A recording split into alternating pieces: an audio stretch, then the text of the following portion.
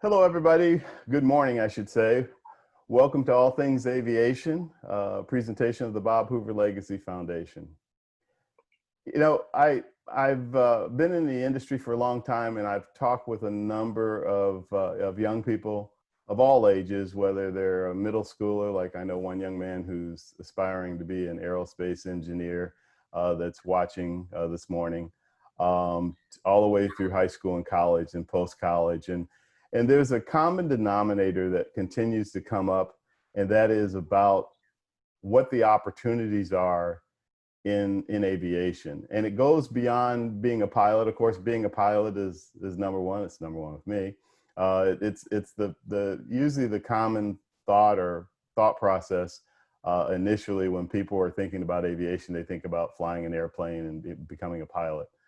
But along the same lines, there are so many, it's such a vast industry that a lot of people don't realize all of the other opportunities that take place. So one of the goals with this program is to expand that envelope and let people know some of the opportunities that are available for them in the industry, whether you're somebody that is aspiring to get in the industry, whether you're already started, maybe you're at an aviation university, or you've already actually started working in the industry, and you just want to know what your options are and what the possibilities are as you grow your career.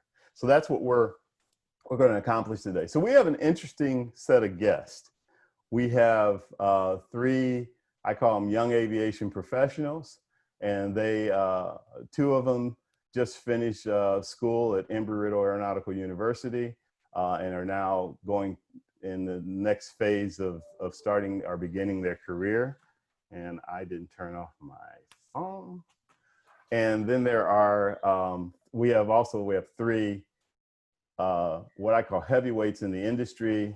They're my age. They are somewhere in the vicinity. They may argue that. But anyhow, they've been around a long time in the industry.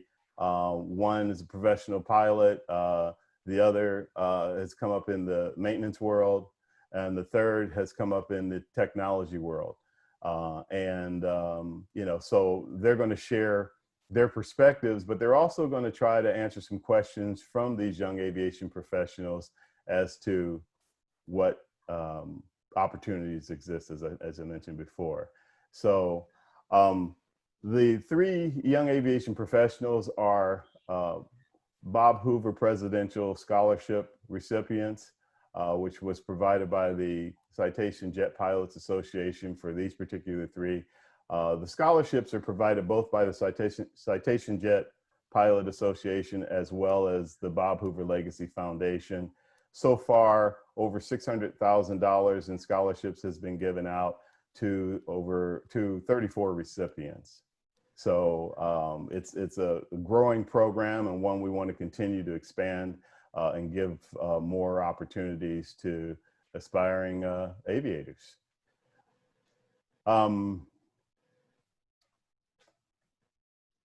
The Bob Hoover Legacy Foundation, the president and board member is Tracy Forrest. Tracy's probably watching this morning, but he had a full schedule, so he wasn't able to actually join us. And also Michael Herman is the chairman of the board. Tracy and Michael both go back quite a ways with regard to knowing Bob Hoover, being friends with him, and being involved in some of the things. And you know, their push and desire with this foundation, with the Bob Hoover Legacy Foundation, is to do what Bob has always wanted to do, and that is encourage and inspire the next generation of aviators and those in aviation leadership to be our next leaders and be on the forefront of things. And so that's what we're doing, and this program is one way to expand that universe and make things happen. As I mentioned earlier, so with us, you see their names probably up on the screen. JJ Greenway, he's Jonathan Greenway, but everybody knows him as JJ. I don't believe anyone has ever called him Jonathan except maybe his parents. He's a longtime professional pilot and flight instructor. Actually, I knew he was a flight instructor because he was my instructor for checkouts, but I had no idea that he's coming up on 40 years. So that's quite a career just on that aspect of things with his flying. And I'll tell you a little bit more about him later. But he's what I call the overall aviation professional. James Person. James is a Navy guy like me. He had a little bit more fun because he got to fly. I unfortunately did not because of my glasses. But James is with Viasat. And so he's what I would say, you know, we talk about all things aviation, he's all things technology. And third, and definitely last but not least, Jim Swehla. Jim is the co-founder of Star Aviation. And Star Aviation is a Midwest MRO maintenance company that's grown from humble beginnings to quite the operation these days in multiple locations. And if it has to do with maintenance or interior or any of those type of things for aircraft on just about any aircraft, Star Aviation generally can handle it. So it's great to have Jim here. He has worked his way up from what I say turning wrenches on aircraft to, as I said, co-founder of what's considered a premier MRO here in the U.S. and probably the world for that matter. So we're really glad to have you guys here, and we hope that everybody likes what we discuss. And I hope that you young aviation professionals take advantage of this opportunity, this unique opportunity to talk directly with these guys. I'm going to start out by introducing, telling you a little bit more about JJ Greenway. JJ learned to fly at Boeing Field in Seattle in his teens, going back in the 70s. I told you he and I were in the same age group. After a stint flying a corporate turboprop in the South Pacific, he'll have to tell us, I'm sure he's got some stories about that. He flew with American Airlines for nearly 2 decades.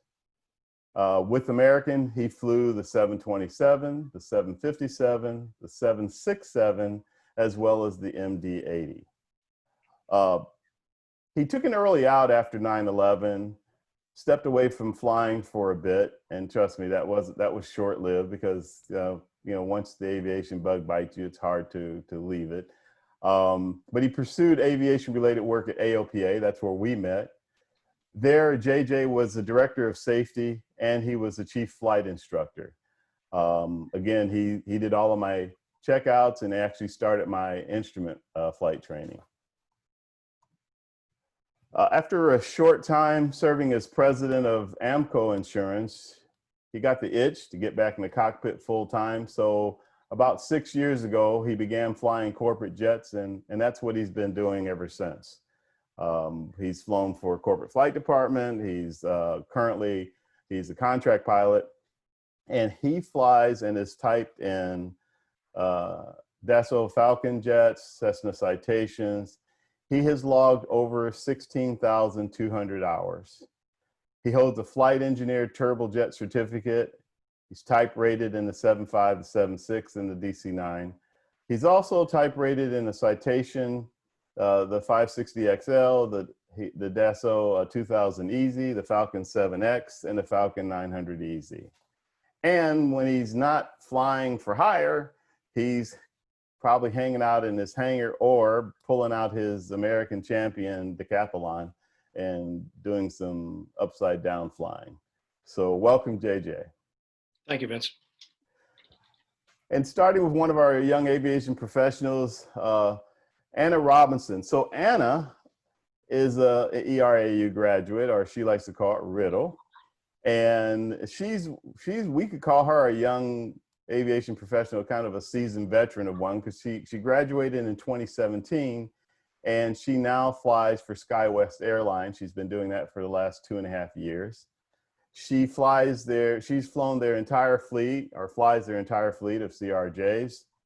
And Anna's really thankful for not only the scholarship assistance, but she's thankful to the Bob Hoover Legacy Foundation and the Citation Jet Pilots Association for providing her with her first experience of attending an EAA Air Venture at Oshkosh. speaking of which, we're really all missing that right about now. So she had a great time with that and appreciated that opportunity, and it just opened her eyes in terms of aviation. So welcome, Anna. Thank you. You know, JJ, you have had just a wealth of experience with your flying and so many different types of aircraft and so many different situations and that type of thing.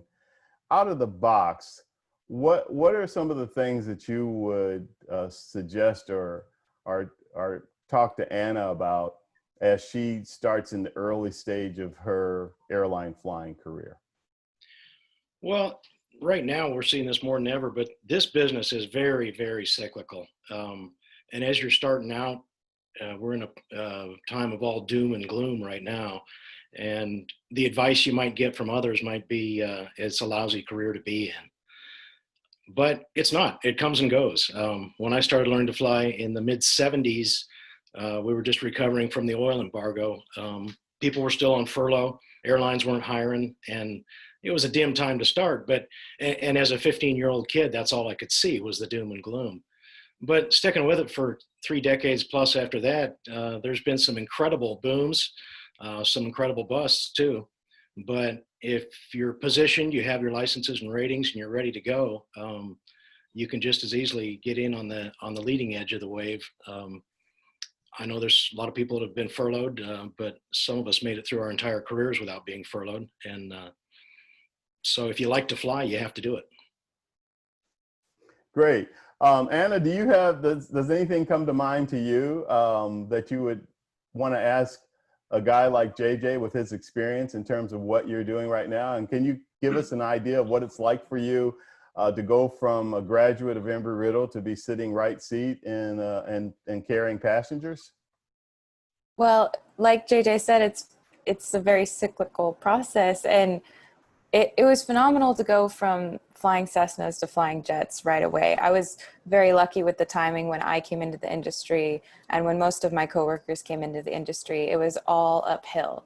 And right now we're seeing the first of my experience of a low, if you will, in the industry, and the boom that we were having before has kind of tapered off. And that's really my first this is really my first experience with the low side of it. It's all been uphill, and everything's on track, and everything's going the way it is and the way it needs to be and working out. And I've been very lucky so far, and I'm not in a bad position. I'm very lucky to be where I am, sitting first officer with an airline that I'm very happy with. But what I wanted to talk to JJ about mostly was how you've kept your flight instructor certificates and currency throughout your airline career as well. And I really loved flight instructing when I did it, but I haven't done it since I've come to the airlines.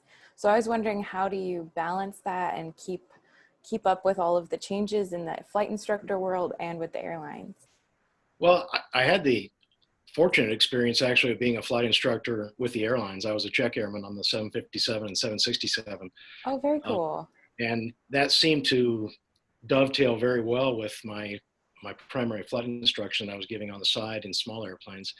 It's not always easy. Obviously, the time you put into it as a flight instructor in the early days of my airline career, when I worked 15, 16, 17 days a month, it was tough to devote a couple extra hours to flying. But fortunately, I've always lived near the airport, and it's not that I can get out there for a couple hour lesson and get back home. But instructing with the airlines was really fun to be instructing in a 400,000 pound airplane one day, and then back in a 1,500 pound J3 Cub the next day. Yeah, that's quite a transition. It's been fun. Very cool. Thank you. Brandon or Brooke, do you guys have any questions for JJ regarding flying?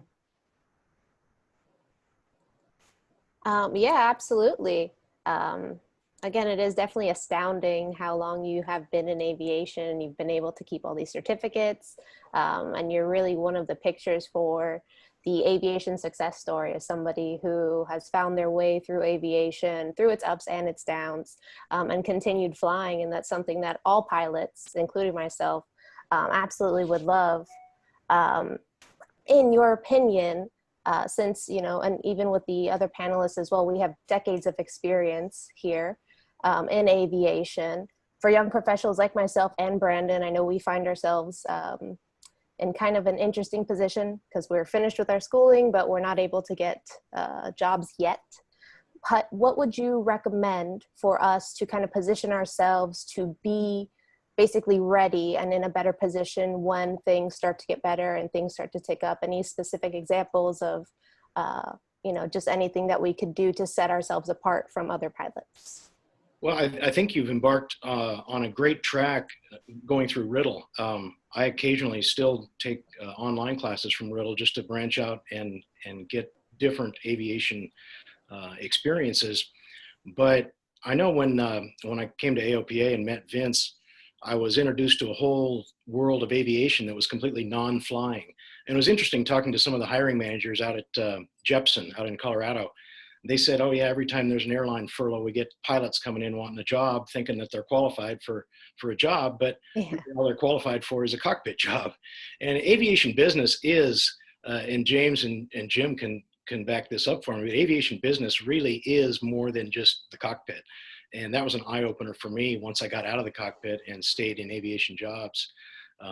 Just realizing that there's so many other things: aviation law, accident investigation, maintenance, and all these other things that we can't move the airplane until we have several other departments that are doing their job too.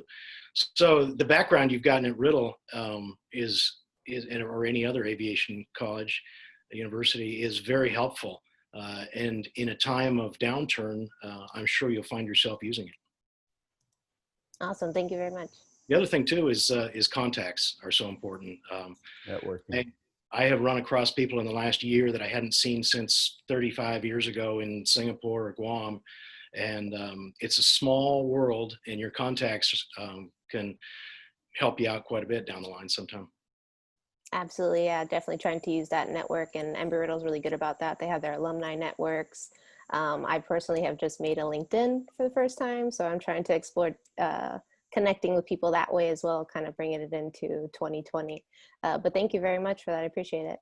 I actually got one of my jobs, or two of my contract jobs, off Facebook. So, oh, wow. So every contact counts. Awesome. That's great. Brandon, did you have something you wanted to ask JJ about? Yes, sir. Maybe something more simple is for those of us that are trying to be airline pilots and figuring out what the life of a pilot's like. I understand you're on or off of work for you're flying for 3 or 4 days and then you're off for 3 or 4 days. What did you find that you'd like to do on the 3 or 4 days off? Did you pursue a second career? Did you try to do 2 careers at one time? Did you just fly all the other planes and do CFI? Did you relax at home? Well, on the 3 or 4 days off when I was flying international to Europe and deep South America, tell you the truth, I caught up on sleep.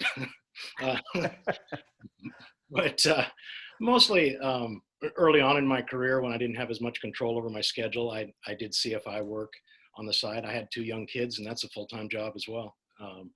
It's exciting to think about being able to be a pilot for half the week and then do a completely different career the other half of the week. But maybe you're right. Maybe you got to use a few of those days to catch up on the time zone changes. Absolutely. Absolutely. Great. Well, I'm going to go ahead and introduce another guest that we have with us today, James Person.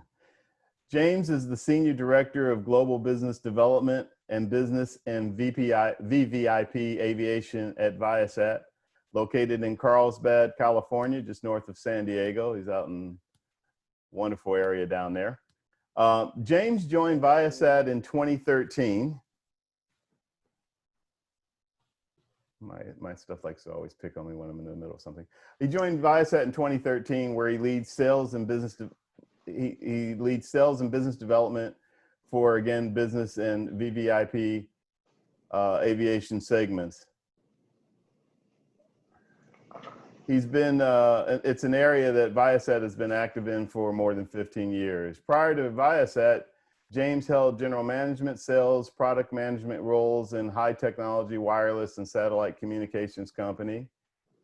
He began his career as a U.S. naval officer, go Navy, where he deployed twice on a destroyer during combat operations in the Middle East. And this is the part where I get a little jealous. He also got to fly an A-4 attacked aircraft once, and has experienced a couple of catapult takeoffs and arrested carrier landings as a passenger. I haven't even done that as a passenger. I'd love to do that. James has his BSEE degree from the Massachusetts Institute of Technology, MIT, as well as an MBA in international marketing from USC, University of Southern California. So welcome, James. Thanks, Vince. Great to be here with you and everybody else. Thank you. And I also introduced another one of our young aviation professionals who you actually just heard her ask a question or two with JJ. Brooke Harrington. Brooke just graduated, as we said earlier, from Embry-Riddle with a degree in aeronautical science. She has her commercial multi-engine rating and is now working on her MBA via the ERAU Worldwide University. She is finishing with getting her certified flight instructor certificate, CFI, so that she can begin flight instructing at ERAU at Embry-Riddle. So welcome, Brooke. Thank you. Thanks for having me, Vince. Absolutely.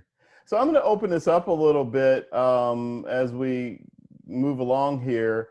And the whole goal, again, is to let you guys know of opportunities. I think, James, you come from a very unique perspective. I mean, you have an aviation background, but the technology, which is huge, I'm sure JJ can attest to that, as well as Jim. The technology is a big deal. The connectivity, in-flight connectivity, as you guys describe it, onboard entertainment, and all of those things are possible with the type of technology that we have now. But the other parts that we don't always think about, and it's important for pilots, is the flight operations technology, the ability to send information about the aircraft back down to the ground and vice versa. And then for commercial flying, the people's ability to watch movies or purchase products and things of that nature. You guys do it all. You have I'm going to go real MIT here for a minute, the KV band, the KA band, and the dual band. So can you give us the elevator perspective on that and some of the things that you do at Viasat, James? Oh, you bet. So like you and JJ were talking about, there are a lot of careers in the aviation industry that aren't in the cockpit. And, you know, you mentioned I got to fly. I didn't get to fly as a career in the Navy for similar reasons to you, Vince, that my eyesight wouldn't let me do that. But it was fun that when I was on a destroyer, even as my primary job was gunnery officer, I had a collateral duty as the helicopter control officer. So we had a helicopter detachment on board, and I was the guy in the tower guiding them in the middle of the night, you know, rocking and rolling, and that was a lot of fun. But more specifically in my career now, I took my engineering degree and have been able to combine aerospace, because my company designs and builds satellites that we put up into space, but we also design avionics that go on aircraft. And our industries, we serve the government and military aircraft, we serve commercial airlines, but we're also very active in the segment that I love the most, and that's business aviation.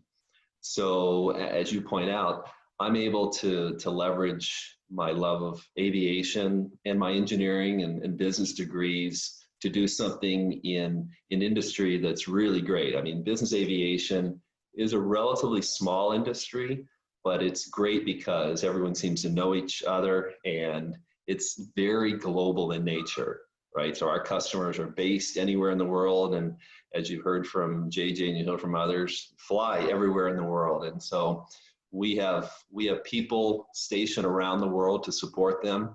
We have design engineers designing satellites, designing equipment that goes on the satellites.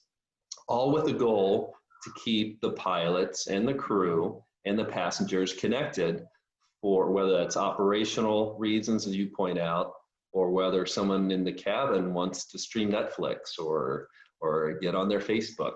So that's what I do. It's a lot of fun. Not to mention video conference calls and that type of thing.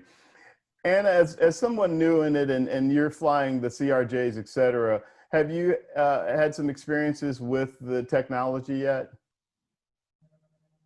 As far as interface with like the flight management system and Exactly. absolutely, that's a key part in how we fly now. I don't know how it was before, but the FMS is integral into everything that we fly now. It gives us our performance information. It helps with our GPS tracking. It helps with pretty much, we can communicate with dispatch in the company as well as ATC if the radios go out or whatever might happen. It's always there as an option for us that really expands our abilities in the flight deck, which I really appreciate. JJ, can you expand on that? I'm sure you've had a lot of experience in that world. Well, I've heard it said, and James, you can confirm or deny this, but I've heard it said that the reason why we're getting technology in the cockpit finally is that the demand in the passenger cabin for it was so great that we're kind of piggybacking on that demand. Do you find that to be the case? I think so. I mean, it seems to me that the people, at least in business aviation, who are able to buy business jets or use them for their companies are requesting and getting the same kind of experience in the cabin when they're traveling up at 45,000 feet at Mach 8 or 0.8 or 0.9 that they have in their office or their home office. And because we're putting that capability in business jets and in the airlines, hey, pilots are able to take advantage of that with updates coming to your EFBs, your electronic flight bags are getting updated in real time, and getting data off of, if there's anomalous data, let's say an APU is giving out auxiliary power unit is giving off a warning indicator, we can get that to the ground right away so that the next stop, somebody in Jim's team can begin repairing it. Go ahead. Do you, the prices coming down? I've been privy to a few of the bills when we've traveled abroad, most noticeably one to Siberia, where the boss's 8-year-old son was gaming all the way over on an 11-hour flight, and that's got to take a lot of bandwidth. But I've seen bills $50,000, $80,000, $100,000 for internet for a month for business jets. Is that going to come down? Oh, you're absolutely right, JJ. They've already come down, fortunately. And my similar story is someone let their grandson on the business jet or the family aircraft, and they flew across the Atlantic and streamed a movie on an older per megabyte technology, and that film cost $10,000 to watch on that flight. Today, a typical bill might be as low as $5,000 per month flat rate. So yeah, it's come down dramatically since then, and it's heading down as well. Good. Wow. Well, this makes a good segue to talk a little bit about Jim's background, Jim Swehla. Jim started his career in 1973. Again, he fits in that category with us, particularly JJ and myself. And Jim and I also have a distant connection in the sense that he worked in Springfield, Illinois, and that's where I'm originally from before moving to St. Louis and growing up there and learning to fly at Lambert. Jim, in pursuing his career, he started with learning aircraft maintenance at Hawkeye Community College in Waterloo, Iowa. After he completed that and got his certificate, early in his career, he took a position at Capital Aviation in Springfield, Illinois, formerly known as Garrett Aviation and is now known as Standard Aero. Jim furthered his education with a BA in Business Management from the University of Illinois, where he made the Dean's List. He has 47 years of experience in corporate aircraft maintenance and modifications. His areas of expertise are sales, marketing, design, contract estimating, project management, and administration. Prior to joining Star Aviation in 2002 as co-founder and executive vice president of sales and marketing, Jim was with Garrett Aviation again in Springfield, where he held a number of different positions, including Director of Sales upon his departure. Jim led the sales effort on corporate aircraft maintenance and modifications, combined with the Dassault Falcon 20 and the 50 in terms of engine retrofit programs. He's also the president of Premier Aircraft LLC, a division of West Star Aviation, which is the Honeywell Aerospace upgrade program for the Falcon 50. Jim, welcome. Yeah, thank you for inviting me. And we'd also like to tell you a little bit again about the young aviation professional, Brandon, who's already been engaged with some questions.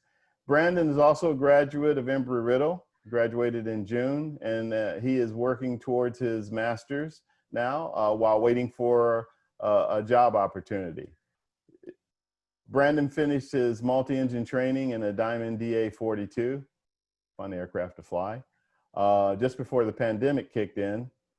Brandon also was working on his certified flight instructor, his CFI, at Epic Flight Academy in Smyrna Beach, Florida, and completed his training in a CRJ-200 simulator. So welcome again, Brandon.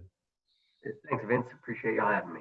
I got to ask you about the simulator. Was that pretty cool, the CRJ-200 simulator? It was really neat. It had very authentic, just like they're a real cockpit. It moves and everything. It feels like you're really in the plane when I'm swaying left and right. And it was exciting, definitely different from the I thought there was a lot of buttons and switches and levers in the Cessna. And then once you go into the CRJ-200, you find out that it gets more complicated. Just a bit. Yes, sir. Yeah. So Jim, I have an affinity for maintenance. I think, as most pilots should, that maintenance is key, you know. And when I heard recently from a 100-year-old Tuskegee Airman talk about it wasn't so much his flying, but the guy that took care of his airplane that really counted for him, that spoke a lot to me. But again, I just think maintenance is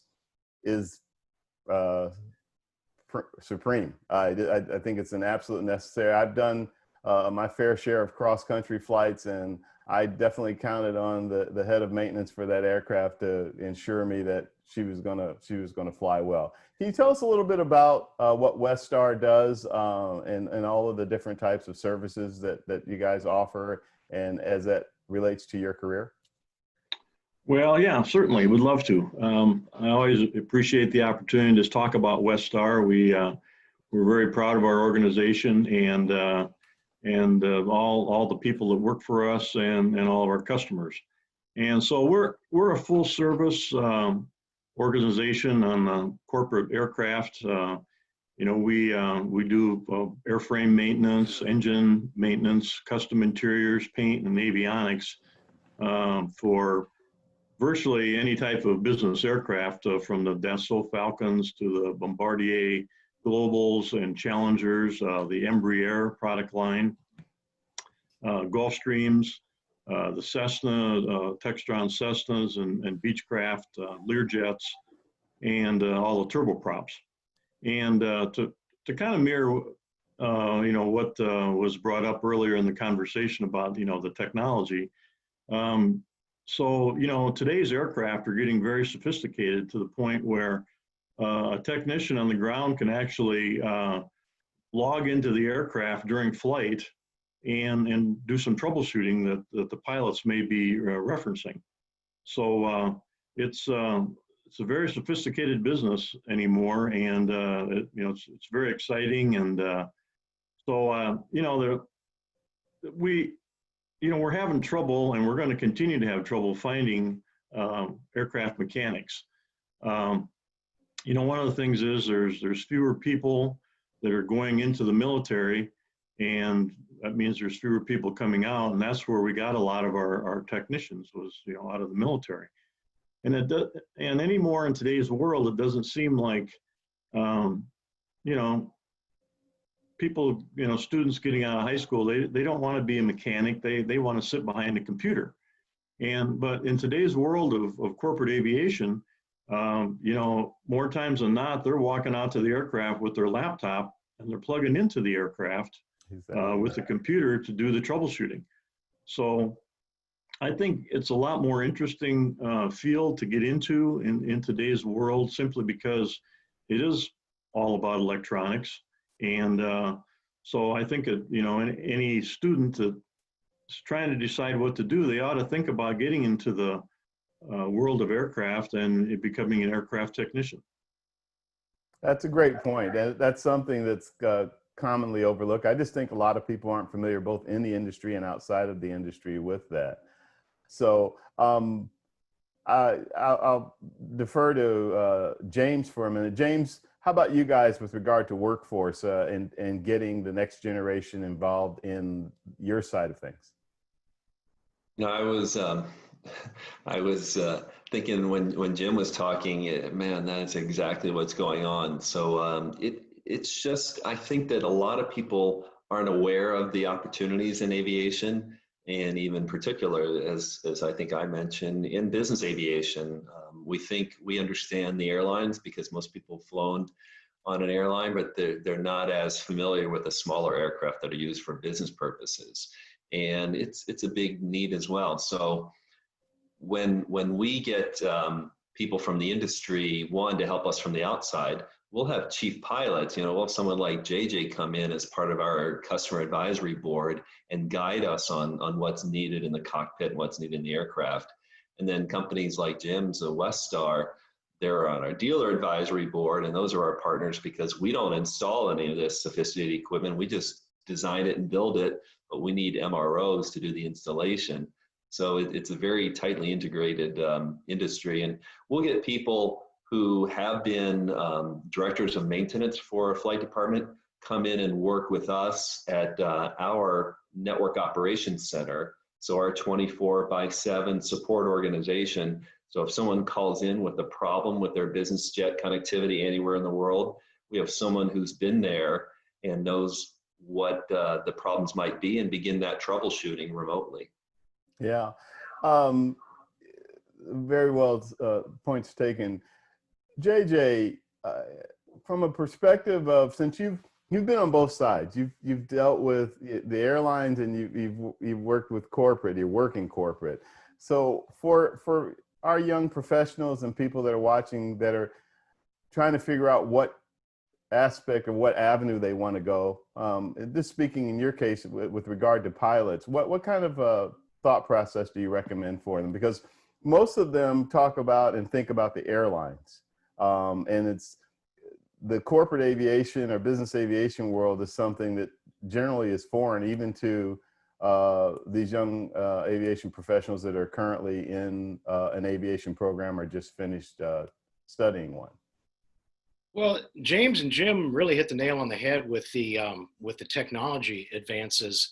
And I got to tell you, I'm coming up on a big birthday here this year, but I'm still fairly proficient on computers. But my 20-something-year-old colleagues that are starting out are a heck of a lot better. Case in point, it wasn't the last type rating I got, but less than 2 years ago, I got a Falcon 7X type rating. I think the 7X is arguably one of the more sophisticated airplanes being produced right now, 7X and 8X. And my partner in the simulator was a 26-year-old kid that English was his second language. And my heart sunk when I was paired with him because I thought we're going to have difficulty during the training. It was a 1-month-long course. And I tell you what, that kid flew circles around me because the 7X is such a computer-dependent airplane that as far as the programming, I was taking lessons from him by the time it was over.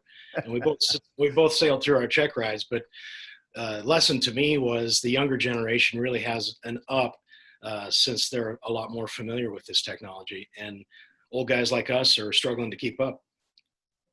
So Brooke, Brandon, Anna, let me ask the three of you, what were your thoughts as you were going through your aviation programs at Embry-Riddle about what your career path was going to be? Was it completely focused just on the airlines, or were you considering other options, or how were you guys thinking? Well, speaking for myself, I was overwhelmed with the amount of possibility, honestly, the amount of people that reach out to you through the university, people who come to the university for career fairs and things like that, you realize just how large aviation is. Well, I'm sure most of us came to Embry-Riddle just thinking, I want to be an airline pilot. This is the best school in Florida. This is where I want to be. And you slowly start to see, wow, business aviation is massive. There's a lot more to the airlines than you would consider. And I went from being, I'm going to be an airline pilot, I'm going to go fly for Delta, to, oh, wow, maybe cargo would be something really interesting, to then joining the NBAA and being like, oh, wow, there's a lot more opportunities here too, and sales, and you can be a demo pilot, you can do this. There's just a world of opportunities in aviation, and Embry-Riddle is really what opened my eyes to all those opportunities. Anna, Brandon? I would say that I was mostly focused on the airlines. Obviously, I do like the airlines. That was pretty much always what my main path was going to be. But there definitely were other opportunities presented, especially at Embry-Riddle. I took a unmanned aircraft systems course, which was very interesting to me. I was considering going into the maintenance program as a possibility, because I had some friends who dual majored and they love doing the work on the airplane that they fly as well, which was very cool. But I found that for me, the airline track seemed to be the best fit for me at the time. Having gone from the all uphill in the industry to this now lull in the hiring and upswing of things, I think I'm expanding my horizons a little bit more than I was when there was a clear set path and a very, very regimented way to get to where I wanted to be. I think, like Brooke said, cargo is now very much more of an option, especially with the way that people are ordering more things online and the industry is changing in that aspect. I feel like mainline airlines isn't necessarily the only option. There's a lot bigger world out there. I need to start looking at that a little bit more. Sure. Brandon? Yes, sir. Yeah, I came in with the airline focus, solely airline focus, but thanks to the Bob Hoover Legacy Foundation and Citation Jet Pilots, they've pulled the curtain back on all aviation can be. And I guess the neatest thing that I've seen done so far is last year I was working for a company called Air Unlimited out of Sanford with their CJP member Chick Gregg and Mark Neubauer. And they would actually use their citations to do medevacs, which is they would fly to different cities all over the country, pick up organs or pick up doctors and transport them across the country to save people's lives with the organs and the doctors to work on them. And I never imagined something so humanitarian being used in the business jet world, and it blew my mind. So I'd like to have that be part of my flying as well. Yeah, a lot of people don't know about the humanitarian efforts of aviation overall, even that's happening right now during COVID-19, but just in general. And I'm sure JJ could speak of it, but in corporate aviation, that's one of the big things that business aviation does, is provide their aircraft for like the corporate angel network and angel flight and other type of things. And then everybody, one way or another, provides their aircraft for different angel flight missions. And as you said, moving organs. There are even organizations that move pets, you know, because of, for example, I say move pets, like if there's a kennel that's overflowing, rather than euthanizing the animals at that kennel, they'll put them on a plane and take them to somewhere that's needed, that people are going to adopt them and that type of thing. So there are a lot of humanitarian things that I'm glad you brought that up, because that's really a great part of it. So, you know, down in Australia, there's an organization called the Royal Flying Doctor. Some of us are familiar with them. They fly PC-12s all around that big country with very few people to get medical help to people where they need it, because a lot of them are not near doctors or dentists. Wow. JJ, you want to chime in on that? Anything regarding humanitarian side? Well, I've seen a little bit. I have not participated in it myself, other than with the airlines. We often had a styrofoam cooler in the cockpit with a heart or eyeballs most recently. That's how some of those things get moved around. But that will always be there. That of all the things that have dropped off in the last 6 months, I've not seen any decrease in that type of flying. You're absolutely right about that. Even flight departments that have slowed down or aren't doing much flying, they will provide their aircraft for humanitarian needs. So while we're talking on the medical side of things too, I don't know how many of you are familiar with MedAir, but that's a really great program. It's primarily, it's both with commercial and corporate, but the whole premise of it, which was started by a flight nurse who has been on the board of NBAA, et cetera. But MedAir is an organization that if you have an in-flight emergency, they actually go live with the pilot or the flight attendant to figure out what's going on with you, determine whether the plane needs to divert and land somewhere soon or can make it to its destination, and then have an ambulance on the other end, plus a doctor at the hospital to address the medical need, whether it's a super serious one or just one important enough to need some medical attention. And that's a worldwide organization that does that, and I think that's a really great service too. So, Jim, JJ, James, as we kind of start to wrap things up here, and you know, you guys brought up one of the big challenges, which is getting the next generation into aviation. With the three that we have here today, the three young aviation professionals, what kind of advice what kind of advice would you give them in general, just about their career and you know, from your perspective and what your organizations do? Well, airplanes are not going to go away. There isn't anything that's going to reduce the demand for travel on a permanent basis. I know Boeing is already designing recirculating air systems that are completely different than the ones they have now, for the purpose of lessening the spread of the virus. So airplanes aren't going to go away, number one. Number two, if you have a desire to be in aviation, you're not going to be happy unless you are in aviation. So those two things combined, you got to stick with it. Jim, James? There are some ups and downs for sure, but yeah, if you're passionate about this, I mean, we're working with companies who are bringing supersonic jets to business aviation. It's coming back. Flat panel, electronically steered antennas, new high capacity satellites, in addition to all the jobs of flying the aircraft and maintaining them. There's so many opportunities in aviation. Jim? I think, you know, from what I've heard from these three young individuals on the panel here, it sounds like they're definitely going the right direction. You know, my advice is that for younger people getting into the aviation industry, to definitely diversify your knowledge base, you know, throughout the aviation business. And I'm just going to give you a quick story here. My daughter she's going into her sophomore year at the University of Minnesota, and she's thinking about getting into aviation law. And so she's looking for advice from me. And my advice to her, you know, along with all young people, is, you know, especially in her case, is if you're going to get into aviation law, I think that you'd be well versed to become a pilot. And it gives you, you know, a better understanding, so that if that's going to be your study is aviation law, that you better understand the entire industry by becoming a pilot or an aircraft mechanic. And I think as far as, you know, her direction, she'd be better versed to become a pilot. So I think that from what I've heard here, you know, and just the brief time that I've seen these young individuals, that they're definitely headed in the right direction, and make sure that, you know, you study and become more diverse, you know, in the industry. And it's going to be whatever career you pick or whatever direction you go, to acquire as much knowledge as you can about that industry. Thank you, Jim.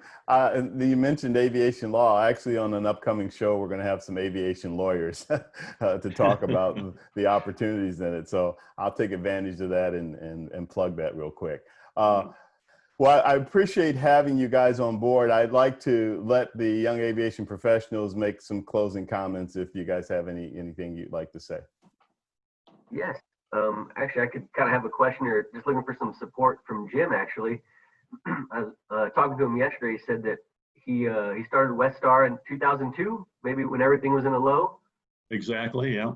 So, and then you said at the moment, it kind of seemed like a bad time to try and do that. But looking back, now maybe it was an awesome opportunity while things were at a low. And would you say right now, things are slowing down a little bit in aviation? So this might actually be a great time to jump into aviation right now. It probably is, yeah. And one thing right now with our business, when this was COVID hit, in March, we were real nervous about the future of our business because we knew that this was going to affect flying. However, right now we've never been busier. All of our customers, they see what's going on and they're taking advantage of this slow time, put their aircraft down and get any required maintenance caught up. So, we've been real fortunate that we've been considered an essential business. We've been able to stay open, and our customers are taking advantage of this time in order to get caught up on maintenance. So, I don't have a crystal ball. I don't know what the future holds, but I think I agree with a comment that JJ made earlier about, aircraft are not going to go away. And I think that this is going to help corporate aircraft, because anybody that has been riding the airline in the past who can afford a corporate aircraft is probably going to go out and buy one now. So I think that it's going to be good for our business. Yeah, and my thoughts were for the young students that are trying to maybe get into private right now. If Brooke and I are kind of slowed down, not becoming instructors or moving to the airlines right now, for someone that's 2 or 3 years behind, they thought, now if they get all their certificates and ratings while we're kind of at a still, they're going to catch up to all of us and be at the same spot we're at now. Mm-hmm. Yep. Yeah. So it's a great time to jump in and start flying, I think. Absolutely. Anna or Brooke, you guys have any closing comments? Yeah, absolutely. I realize that things in aviation are different right now, but it's been great to chat with these 3 aviation professionals and just to get more of an inside idea, because we can only speculate so much as to where aviation is going. But we've always seen with the trends in the past, whenever we have some sort of setback in aviation, it just prepares us for a major comeback. And, to students who do want to start out now, especially young women in aviation, I 100% support it. Like Brandon said, they are going to catch up with us. So they're putting themselves in a great position. Airlines, may look different in a few years, but the way that we've set ourselves up as a society, aviation isn't going away. It's only going to continue to expand. And even business aviation, is something that definitely students should be looking into and considering, because there's a lot of change coming, but there's room for everybody to continue growing. Great. Thank you, Brooke. Anna? I really appreciate being included on this panel today. It's so nice to hear from experienced professionals and young aviators like myself who are trying to find the right path for ourselves out there. And I really appreciate the diversity in what we can find in aviation. I always found it very fascinating to try and see all different sides of the operation, especially when I first started out in whatever I was doing, when I was working at the flight line at Riddle, or when I was interning with United. I like to tour around and try and shadow as many different roles as possible. And it's very cool to see that the many different roles in aviation come together to create the industry that we know and love. So I really appreciate all of your feedback and mentorship through all of our growth and learning, especially as young professionals, because there's been plenty of people who may not be as positive and passionate about the industry, who may be disgruntled, but you can always find those who have the right things to say. And I really appreciate you guys being there for us. Thank you. Well, thank you. I'd like to thank all of you for taking the time to be on the program, particularly for our seasoned professionals providing your insight and background related to the industry to share with these young aviation professionals and give them some thought and ideas on what they can do for their future. I also want to echo what JJ and Jim have said, and James, that the industry, it's a resounding industry. It's an industry that, excuse me, that never goes away. So I think this industry has been through a lot. We're old enough to know, and go through it, and have gone through it, I should say, and see some of the things that have transitioned with some of the challenges to the industry, but it's very resilient. It always comes back, and usually comes back twice as strong, with just as many opportunities. And I will say this, I know that prior to COVID-19, there was a lot of talk about a shortage coming with pilots and mechanics. Jim just touched on it with mechanics. That's still very true. There's still going to be a super strong need for all aspects of the industry, technicians, pilots, et cetera. Not to mention all of the other elements of the industry. So it's not going anywhere. If anything, it's going to be growing and expanding. James mentioned the SST technology, and we didn't even touch on the unmanned vehicles, the UAVs that are now prevalent. So they're just, you name it, it's there. And that, you know, another piloting opportunity is to actually be a pilot for those UAVs and that type of thing. So a lot going on and a lot of opportunities. And again, I really appreciate having everybody on board for this call, and wish everybody well. Thank you. Okay. All right. Thank you. So we'll call that a wrap, and we'll catch up with you guys next week with another program of similar nature with some new guests. You guys have a good one. Take care. All right. Okay. Bye. Thanks a lot. Thanks.